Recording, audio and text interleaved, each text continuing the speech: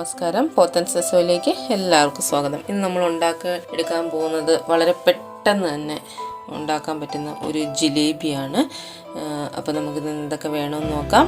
അപ്പോൾ 1.25 കപ്പ് പഞ്ചസാര എടുത്തിട്ടുണ്ട്. എടുക്കുന്ന അളവ്, ഇതിനുപയോഗിക്കുന്ന എല്ലാ അളവുകളും നിങ്ങൾ ഒരേ പാത്രത്തിൽ തന്നെ അളന്നെടുക്കുക. ഞാനിപ്പം ഈ ഒരു കപ്പിൻ്റെ മെഷർമെൻ്റാണ് എടുത്തിരിക്കുന്നത്. അപ്പം ഒരു 1.25 കപ്പ്, ഈ 1.25 കപ്പ് ഇതിന് നല്ലൊരു മധുരം കൊടുക്കുന്നുണ്ട്. നിങ്ങൾക്ക് മധുരം കൂടുതൽ ഇഷ്ടമുള്ളവരാണെങ്കിൽ 1.5-1.25 കപ്പ് വരെ ഉപയോഗിക്കാം. അതിലേക്ക് ഒരു നല്ല സ്മെല്ല് കിട്ടാനും ഒരു ടേസ്റ്റിന് വേണ്ടിയിട്ട് 2 ഏലക്ക ഇടിച്ചിട്ടിട്ടുണ്ട്. ഏലക്ക പൊടിയാണെങ്കിലും ഉപയോഗിക്കാം. അതുപോലെ തന്നെ ജിലേബിക്ക് ഒരു കളർ കൊടുക്കാൻ വേണ്ടിയിട്ട് ഞാൻ ഈ ബുഷിൻ്റെ ഈ കളറാണ്, ഓറഞ്ച് റെഡ് കളറാണ് ഉപയോഗിക്കുന്നത്. കളറില്ലാതെയും ഉണ്ടാക്കാം, ഓപ്ഷനാണ്. കളർ ഉപയോഗിക്കുന്നുണ്ടെങ്കിൽ വേണ്ട. ഈ അളവിൽ തന്നെ 1 കപ്പ് വെള്ളവും കൂടെ എടുക്കാം നമുക്ക്. അപ്പോൾ ആദ്യം തന്നെ ഇതിൻ്റെ ഒരു പഞ്ചസാര പാനി ഉണ്ടാക്കിയെടുക്കാം.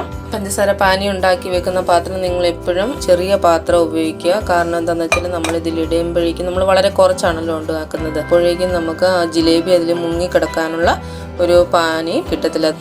ഇതിലേക്ക് പഞ്ചസാര ഇട്ട് കൊടുക്കാം. 1.25 കപ്പാണ്.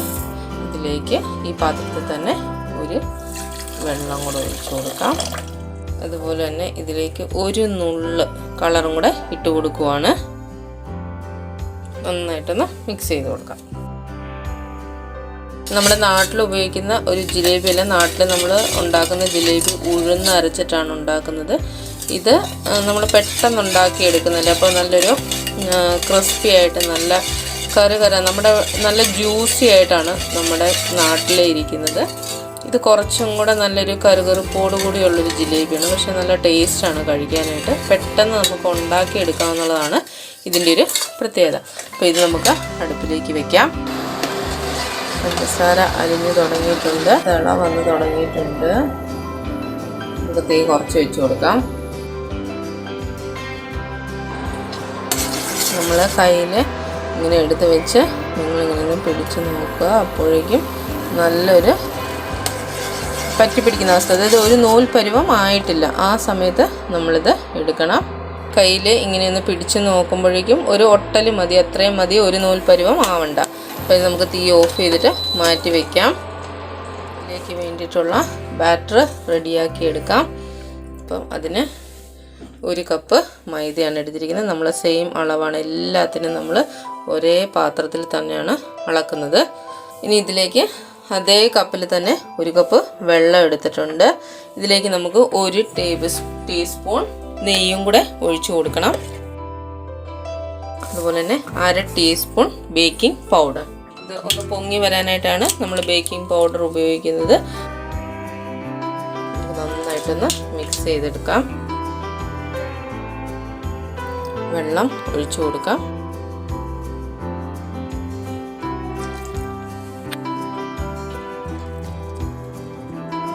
ബാക്കി വെള്ളം കൂടെ ഒഴിച്ചു കൊടുക്കാം.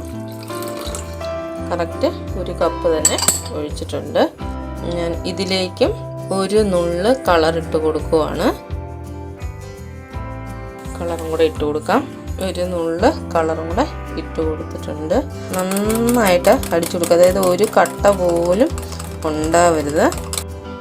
നന്നായിട്ട് മിക്സാക്കി എടുത്തിട്ടുണ്ട്. ഇനി നിങ്ങൾക്ക് ഇതൊരു കവറിലേക്ക് ആക്കിയിട്ട് വേണം ഒഴിക്കാൻ വേണ്ടിയിട്ട്. ഞാനിപ്പോൾ ഒരു പൈപ്പിംഗ് ബാഗാണ് എടുത്തിരിക്കുന്നത്. നിങ്ങൾക്ക് ഒരു പ്ലാസ്റ്റിക് കവർ എടുത്താലും മതി. അടുപ്പിലേക്ക് ഒരു ഫ്രൈങ് പാൻ വെച്ചിട്ട് അതിലേക്ക് ആവശ്യത്തിന് എണ്ണ ഒഴിച്ചു കൊടുക്കാം. എണ്ണ ചൂടാകുന്ന സമയത്ത് നമുക്കൊരു പൈപ്പിംഗ് ബാഗിലേക്ക് മാറ്റാം. ഈ ഒരു കവറാണ് ഇത്. ഞാനൊരു ഗ്ലാസ്സിലേക്ക് ഇറക്കി വെച്ച് കൊടുക്കുവാണ്. നന്നായിട്ട് നമുക്ക് ഇതിലേക്ക് ഒഴിച്ചെടുക്കാൻ പറ്റും. ഇതിൻ്റെ തുമ്പ് വളരെ ചെറുതായിട്ട് ആദ്യം കട്ട് ചെയ്ത് കൊടുക്കാം. നമുക്ക് ഒരെണ്ണം ഉണ്ടാക്കി നോക്കാം, എന്നിട്ട് പിന്നെ അതിൻ്റെ ഹോള് വലുതാക്കി കൊടുത്താൽ മതി. നമുക്കിപ്പോൾ പൈപ്പിംഗ് ബാഗ് ഇല്ല എങ്കിൽ ഒരു പ്ലാസ്റ്റിക് കവറിൽ എടുത്താൽ മതി. എണ്ണ ചൂടായി വരട്ടെ. എണ്ണ ചൂടാകുമ്പോഴും ശ്രദ്ധിക്കേണ്ട കാര്യം, എണ്ണ നന്നായിട്ടൊന്ന് ചൂടായി വരണം, അന്നേരം മാത്രമേ ഒഴിക്കാവുള്ളൂ. ഇല്ല എങ്കിലത് പൊങ്ങി വരണം. നമ്മൾ ഒഴിക്കുമ്പോഴേക്കും എണ്ണ ചൂടായിട്ടുണ്ട്. നമുക്ക് ഒഴിച്ചു കൊടുക്കാം. നമ്മൾ ഈ ഒരു ഷേപ്പിലാണ് ഉണ്ടാക്കിയെടുക്കുന്നത്. അപ്പം എണ്ണ ഒത്തിരി ചൂടാവരുത്, എന്നാൽ ചൂട് കുറഞ്ഞും കിടക്കരുത്. നമ്മൾ അങ്ങോട്ട് ഒഴിക്കുമ്പം തന്നെ ഇത് പൊങ്ങി വരണം. അതുപോലെ തന്നെ പഞ്ചസാര പാനി നിങ്ങൾ തണുത്ത് പോവുകയാണ് എങ്കിൽ ഒന്ന് ചെറുതാക്കി ചൂടാക്കിക്കൊള്ളുക. നമുക്കൊന്ന് തിരിച്ചിട്ട് കൊടുക്കാം. നല്ല ക്രിസ്പി ആയിട്ടിരിക്കണമെങ്കിൽ നിങ്ങൾക്ക് കുറച്ചും കൂടെ മൂപ്പിച്ചെടുക്കാം. 2 സൈഡും തിരിച്ച് മറിച്ചിട്ട് മൂപ്പിച്ചെടുക്കുക. ഇത് നന്നായിട്ട് പഞ്ചസാര പാനി കുടിച്ചാൽ മാത്രമേ ഉള്ളൂ നമ്മൾ ആ ഉണ്ടാക്കുന്നതിൻ്റെ ഒരു ടേസ്റ്റ് വരത്തുള്ളൂ. ഈ ഒരു പാകത്തിന് എടുക്കാം. ഇത് കാണുമ്പോൾ അറിയില്ല, നല്ലൊരു ട്രാൻസ്പെറൻ്റ് ആയിട്ട് നമുക്ക് കാണുമ്പോഴേ അറിയാൻ പറ്റും. എടുക്കുക, അത് പെട്ടെന്ന് തന്നെ പഞ്ചസാര പാനിയിലേക്ക് നമുക്ക് ഇട്ട് കൊടുക്കാം. പഞ്ചസാര പാനിയിലേക്ക് ഇടുക, എന്നിട്ട് ഒരു തവി കൊണ്ട് പെട്ടെന്ന് തന്നെ നമ്മളൊന്ന് മുക്കി പിടിച്ചു കൊടുക്കണം.